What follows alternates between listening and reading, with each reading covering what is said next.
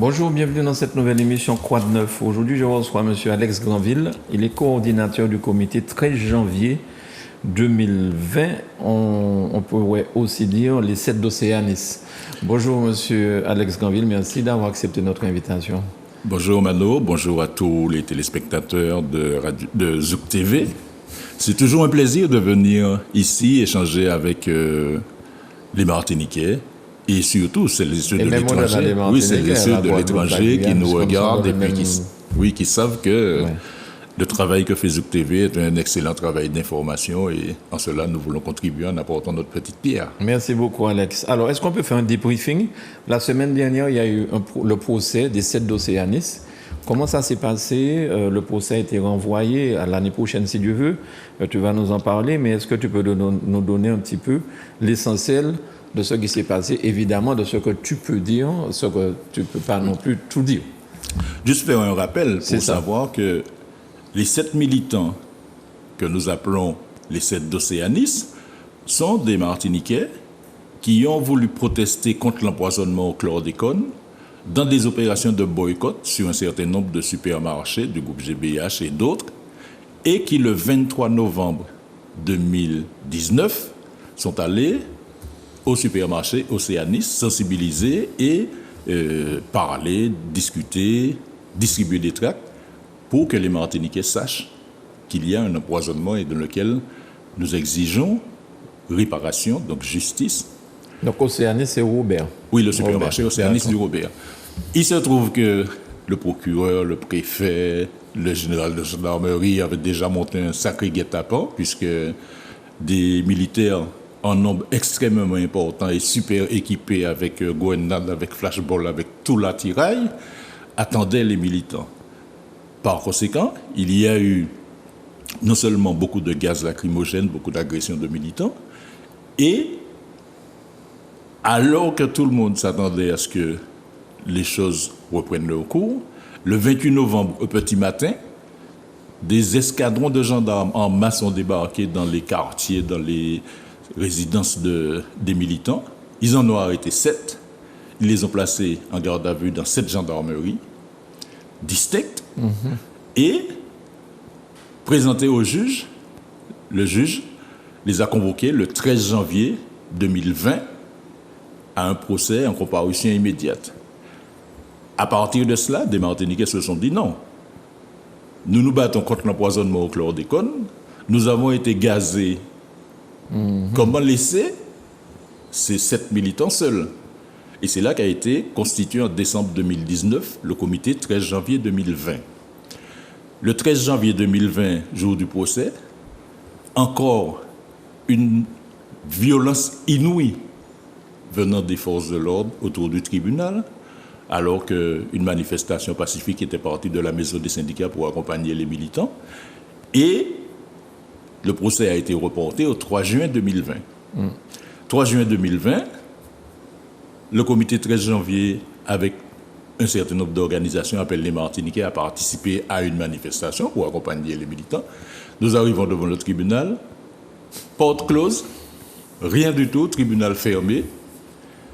Et voilà ce procès dont on n'a plus jamais entendu parler entre juin 2020 jusqu'à août 2022, où la nouvelle procureure de la République, Mme Clarisse Taron, arrive et dit « Je vais m'occuper des dossiers des militants ». Et sur cette base-là, elle réactive le procès des 7 Océanis, elle réactive les procès des militants qui ont voulu nettoyer le paysage. Vous savez bien, Mano, que les statuts des esclavagistes, les statuts de colonisateurs, notamment des Nambucs, ont été jetés, que cela a déclenché un mouvement mondial pratiquement, où des esclavagistes, que ce soit aux États-Unis, que ce soit en Angleterre, que ce soit partout autour de la Terre, ont jeté des statuts. Dans aucun espace, il n'y a eu de poursuite.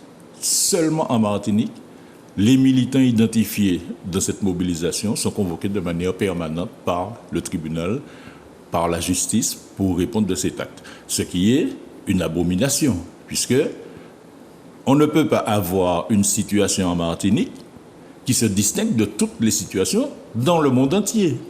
Oui, bien sûr. Toujours, on a vu des gens déboulonner des statues, que ce soit en Irak, que ce soit au moment de la chute de l'Union soviétique ou partout ailleurs. On n'a jamais entendu qu'il y avait procès sur ça. C'était des faits de société.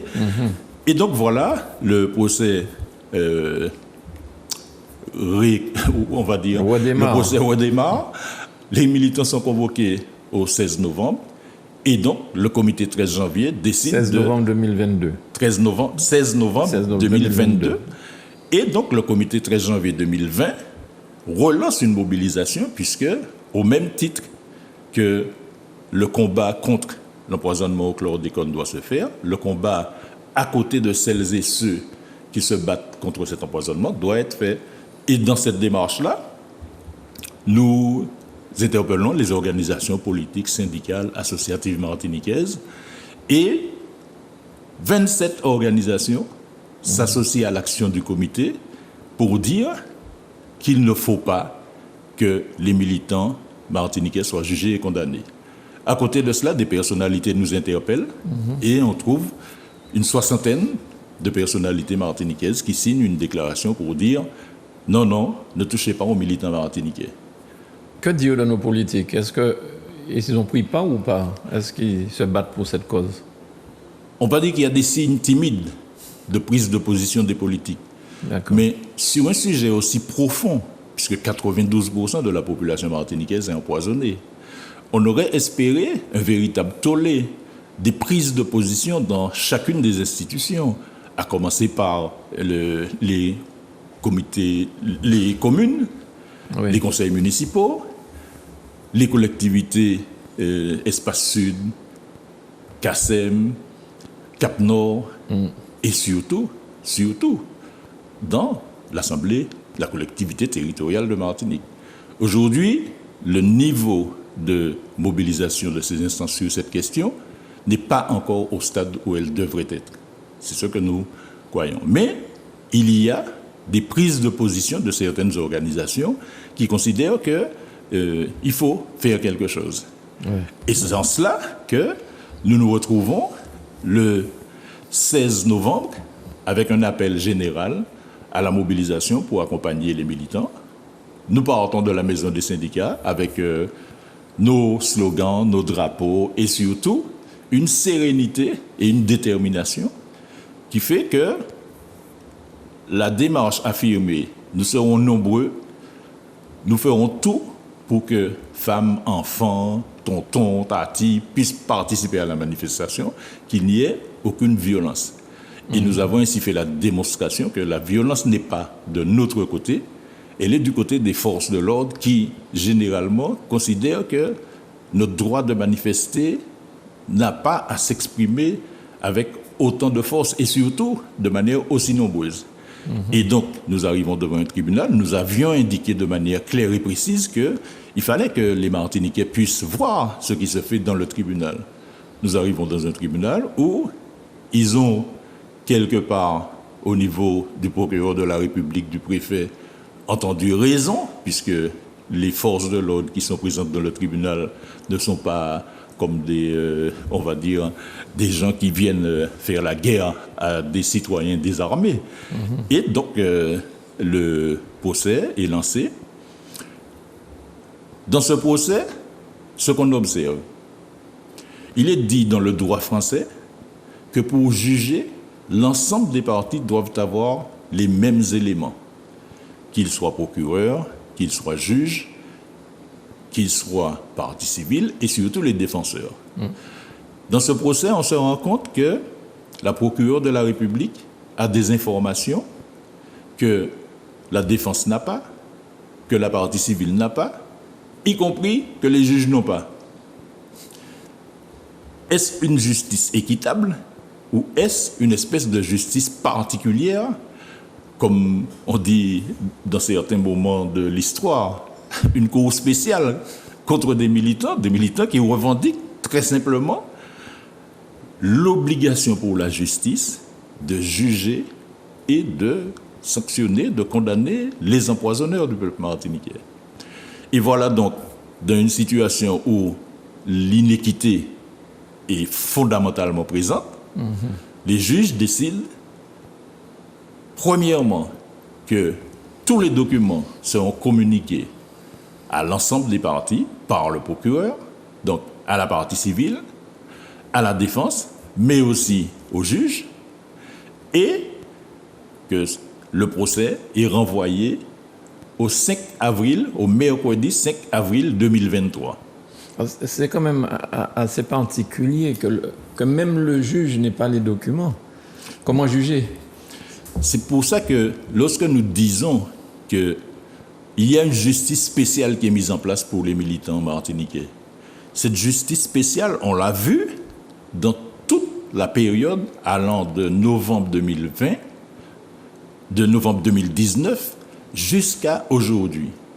Le volume de personnes qui ont été arrêtées, convoquées par la gendarmerie, par la police. Il y a peu de gendarmeries de Martinique dans lesquelles des militants n'ont pas été gardés à vue ou convoqués. Et sur cette base-là, les condamnations qui en résultent. On a un militant qui est condamné à 1 an de prison ferme, à 10 000 € pour avoir simplement dénoncé les violences policières. On a 3 autres qui sont condamnés, l'un à 1 an de prison ferme, plus 1 an avec sursis, l'autre à 7 mois de prison ferme, plus 7 mois avec sursis, un autre à 7 mois de prison ferme et 7 mois avec sursis, simplement parce qu'ils ont participé à une manifestation, parce qu'ils ont protesté contre la violence policière. Et surtout, ça c'est les condamnations des militants. Je rappelle que 4 militants ont été condamnés à 60 000 € de dommages et intérêts au groupe GBH pour avoir été agressés à la distillerie JM. Ils étaient simplement allés dire qu'il n'était pas normal que GBH, pour vendre son rhum, fasse apologie de crimes contre l'humanité, de l'esclavage comme crime contre l'humanité. Puisque sur les bouteilles de rhum JM, on avait un fanion avec des esclaves en train de pousser des barils pour les charger sur des bateaux, ce qui est inacceptable. On ne peut pas, pour faire commerce, faire l'apologie d'un crime contre l'humanité. Et aujourd'hui, on se rend compte que lorsqu'il y a procès, plainte par des militants, ça disparaît. Kezia a été agressé le 16 juillet 2020, sauvagement agressé. Tout le monde se rappelle de la violence qui a été déployée par 5 gendarmes contre ce jeune homme, jeune tambouillé, parce qu'il fallait faire cesser le tambour. On a l'impression de se retrouver au 21 mai 1848, où Romains et les autres esclaves étaient en train de battre du tambour pour rameuter les troupes et dire leur désaccord, leur protestation énergique contre l'esclavage. Un militant joue du tambour devant le commissariat de Fort-de-France parce que 3 autres militants sont en garde à vue, et on a des gendarmes qui, véritablement, c'est une tentative d'assassinat. Kezia est meurtrie jusqu'au moment où nous parlons. Les doigts dans l'œil, les coups de poing dans les parties génitales, les coups de coude, les coups de pied, la tête ensanglantée. On parle bien de ces images qu'on a vues devant à la rue Victor Sévère, face à l'ancien commissariat. Exactement. Et le sang, la flaque de sang par terre. Ces images-là ont tourné partout. Oui. Et surtout, la démarche des gendarmes qui le cachent derrière un fourgon pour le soustraire au regard des passants. Et ce n'est que parce qu'il y avait un militant dans une tour à côté qui a filmé et qui leur a dit « Je vous ai vu ». Sinon, la démarche qui était engagée, c'était de dire que c'est Kezia, un homme qui agresse 5 gendarmes. Mais c'est celui qui agresse, qui a la tête pétée, qui a les yeux touchés, qui a les parties génitales enflées. Et donc, les plaintes déposées par Kezia contre ces gendarmes aujourd'hui, on se demande ce qu'elles sont devenues. C'est dire qu'il y a une vitesse de condamner, de juger les militants, mais il y a un laxisme. Parce qu'en plus, les avocats de Kezia qui ont dénoncé toute cette violence, Maître Constant et Maître Arneton, Eddie Arneton, ont été mis en examen. Sur quel motif? Sur les motifs de protestation devant le tribunal, parce que le procureur et juge avaient un comportement inacceptable. C'est eux qui sont, une fois de plus, mis en examen. Donc aujourd'hui, il nous semble fondamental que les Martiniquaises et les Martiniquais doivent faire de cette cause du chlordécone, de cet empoisonnement, un sujet majeur, et que lorsque nous interpellons les élus pour dire qu'il faut qu'ils fassent quelque chose, qu'ils mettent leur grain de sel dans ce problème, ça doit permettre aussi aux Martiniquaises et aux Martiniquais de se sentir beaucoup plus en confiance parce que nous ne pourrons pas laisser faire. On a déjà, une fois sur un crime, l'esclavage, indemnisé les bourreaux, puisque ce sont les esclavagistes qui ont été indemnisés en 1848. Et aujourd'hui, on nous dit, vous êtes empoisonnés, mais c'est nous qui sommes jugés et pas celles et ceux qui ont empoisonné. Alors, on est en train de parler qu'on se dirige vers un non-lieu. Il y a des documents qui ont disparu dans l'avion en plein vol. La semaine dernière, il y a 15 jours, on disait que finalement, les Martiniquais n'étaient pas si tellement impactés par la chlordécone avec certains examens faits dans le sang. Enfin, on a l'impression qu'on est en train de se dire, mais finalement, vous êtes en train de vous plaindre pourquoi, quoi? Vous n'avez pas ni rien qui s'appelait. Ce qui est terrible, c'est que il y a eu un plan chlordécone 1, un plan 2, un plan 3. Nous en sommes au plan 4. Et c'est parce qu'il y a eu de véritables mobilisations il y a 2 ans, cette année. On nous dit, 1 an après la mise en place du plan chlordécone 4, c'est comme si le chlordécone avait disparu de tous les corps humains. C'est comme s'il disparaissait de la Terre par un coup de baguette magique. Or, ce que nous observons, c'est que les ouvriers agricoles ont des taux de chlordécone inimaginables dans le sang. Si il y a véritablement une prise en compte de cette démarche, il faudrait que le préfet, le directeur du travail, mettent en place des démarches qui obligent les employeurs, obligent les gros planteurs, obligent les petits planteurs à permettre à leurs ouvriers de faire un test chlordécone sur le temps de travail. On a mis des vaccinobus. On peut bien mettre un chlordécone bus qui se déplace sur les différentes habitations pour faire les tests chez les ouvriers. Et aussi, on nous dit les terres sont dépolluées. On a des chercheurs, des jeunes Guadeloupéens, Martiniquais, qui travaillent à des solutions pour faciliter la dépollution. Or, on observe qu'il n'y a pas un ballon pour les aider à mettre en place ces solutions. Donc, ça, c'est un plan, un réglage. Parce qu'en 1 an, on ne peut pas prétendre, et ce sont des rédacteurs qui disent ça, ce ne sont pas des scientifiques qui disent que les choses sont à ce stade. Et je rappelle que tous les tests concernant le chlordécone, qu'il s'agisse des analyses de sol, qu'il s'agisse des analyses des tests de chlordécone dans le sang, sont faits par des laboratoires en France. Nous avons ici un super laboratoire qu'on pourrait équiper de manière à ce que des travailleurs martiniquais, du personnel de santé, soient au quotidien à faire ces tests. Et il nous semble que la logique voudrait que sur place, on ait beaucoup plus de moyens, dans la proximité, permettre que les résultats soient beaucoup plus rapides. On a quand même dit au départ que la terre martiniquaise était polluée pour 700 ans.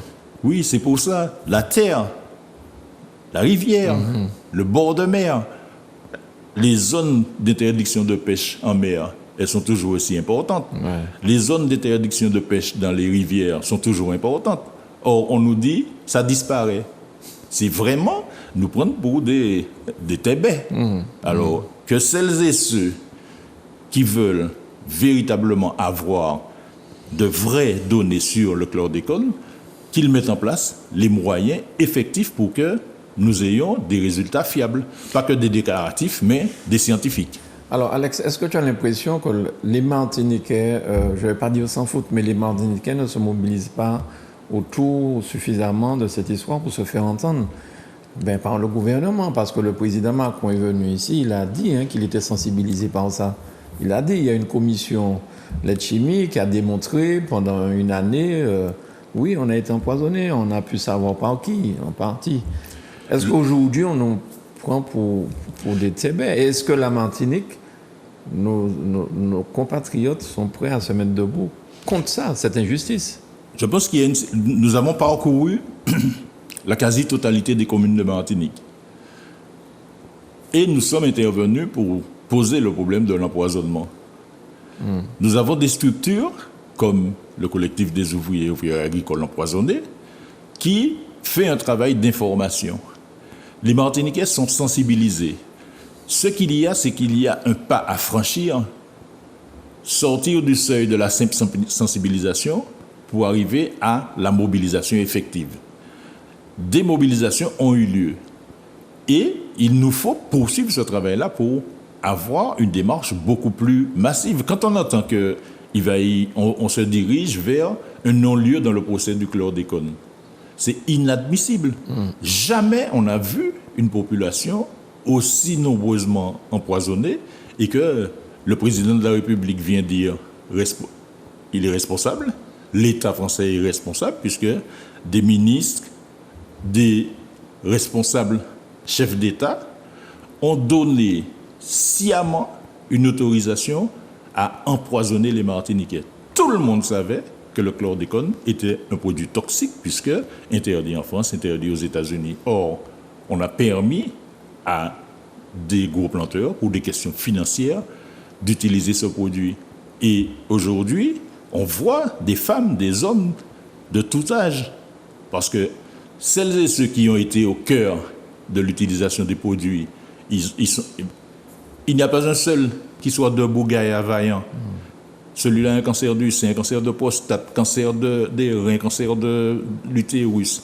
Et les générations d'après, donc les filles et fils, sont dans la même souffrance parce que endométriose, cancer et tout le reste, sans compter les problèmes d'infertilité. Donc, on est véritablement frappé dans notre chair et il ne peut pas être question qu'on aille vers un non-lieu de ce procès. Et c'est pour ça que nous appelons les Martiniquais à faire de cette cause une cause globale de tout le peuple martiniquais pour que nous réagissions ensemble. Il faut véritablement que nous sortions de cette pseudo-léthargie, ce pseudo-sommeil, ce pseudo « je suis d'accord, mais bon, bat bas moi. Il faut réellement que nous entrions tous dans ce combat et avec beaucoup plus d'énergie. En tout cas, Alex, merci beaucoup pour toutes ces explications, pour bien avoir repris l'histoire de Océanis jusqu'à nos jours. Faire toutes ces explications, Zouk Télévision reste évidemment à la disposition du comité du 13 janvier 2020. Si tu as d'autres informations, s'il y a des émissions à faire là-dessus, nous sommes là, pas de problème.